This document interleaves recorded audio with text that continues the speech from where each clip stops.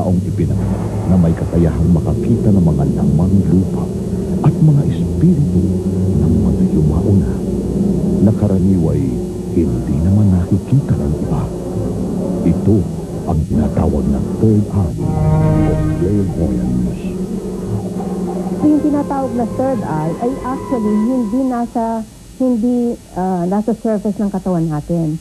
What can be considered the third eye is actually the pineal gland.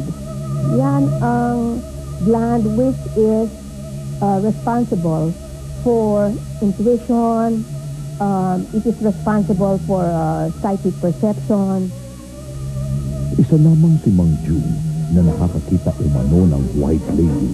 Nagpaparamdam sa kanya ang sinasabing kaluluwa ng di kilalang babae mula pa nang siya'y pinapapalwan hanggang sa ngayon na siya ay may asawa na. Hindi kami nakahiga na. Biglang may lumutang sa bintana. Bukas ng bintana eh. Hindi na ito babae. Kasi kumamin ng mukha. Yung babae habang ako'y natatakot, hinahawa ko na sa paa. Ang laki. Habang hinihila ako sa paa. Habang ako natatakot, laging lumalapit. Yung dalawang makakita ko yun. Bali mag-asawa na kami. Dalawang kama kami, dalawang home ang hiniga na yung mag-asawa. Nakakita ko doon sa may pintuan ng kwarto. Walang pintuan yun na yung kahit ba yung ano lang, yung kortina. Hinaho yung kortina. Di nakatayo, nakaputi. Sabi ko, at kumandyo kahit tumabi sa akin. Pagtagilid ko, si Miss pala naroon sa tabi pa ng dalawang anak ko. Di sabay, sino yun? Iba naman ang karanasan ni Mika, inuturan nang siya'y 4 na taong gulang pa lamang. Naglalaro kami before bedtime. Lumingon ako, tapos napansin ko, merong 4 na tao na hindi ko kakilala. Hindi ko pa nakikita dati pa. Parang hindi nila kami napapansin, dire-diretso lang sila. Sabi ko pa, siyempre bata pa ako, tapos hindi ko nga alam na hindi din ito nakikita ng kapatid ko. So, akala ko normal lang yun. Maging ang karanasan ito ni Mika ay may paliwanag si Francis Gloria. Ang mga bata ay may clairvoyant ability sapagkat ang mga bata, ang kanilang pineal gland ay nagagamit nilang mabuti. Hindi pa sila natuturuan ng left brain thinking na tinatawag. Hindi pa sila napoprogram. Hindi pa napoprogram ang utak nila sa left brain logical analytical thinking.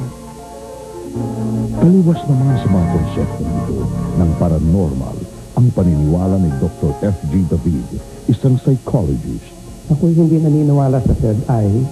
Unang-una dahil ito, paano kaya mangyayari yun sa mundo ng material? Kung ikaw halimbawa ay kasama ng isang namatay na tao at mahal na mahal mo ito, ikaw ang nag-aalaga sa kanya bago siya namatay. Naririnig mo siya, nakikita mo siya. Kung minsan matagal ng panahon, paminsan-minsan, lilitaw pa yan sa imahinasyon mo. Yung so-called na parang negative after effect. Binigyang diin ni Francis Gloria na di lahat ng bagay na di may paliwanag ay di na dapat paniwalaan. Talagang may mga bagay na nangyayari na hindi na mahirap i-explain. And just because hindi natin ma-explain, it doesn't mean hindi totoo yun. Kahit saang lugar kayo mapadako, tiyak na nagkalat doon ang mga kaluluwang ikaw. Sila ang mga espiritong hindi matahi. Binubulabog ang mundo ng buhay. Maiparating lang sa atin ang kanilang kalagayan. Kaya nga ba't minsan ay hindi ba kayo nakaranas ng matinding hilakbot kahit na kayo'y nag-iisa? Sa susunod na Miyerkules, muli namin kayong dadalhin sa mundo ng kababalaghan at katotohanan. Ako si Tony Velasquez. Laging tandaan, walang dapat paniwalaan kundi ang katotohanan. Laging itanong sa ating sarili, Verum est, totoo ba ito?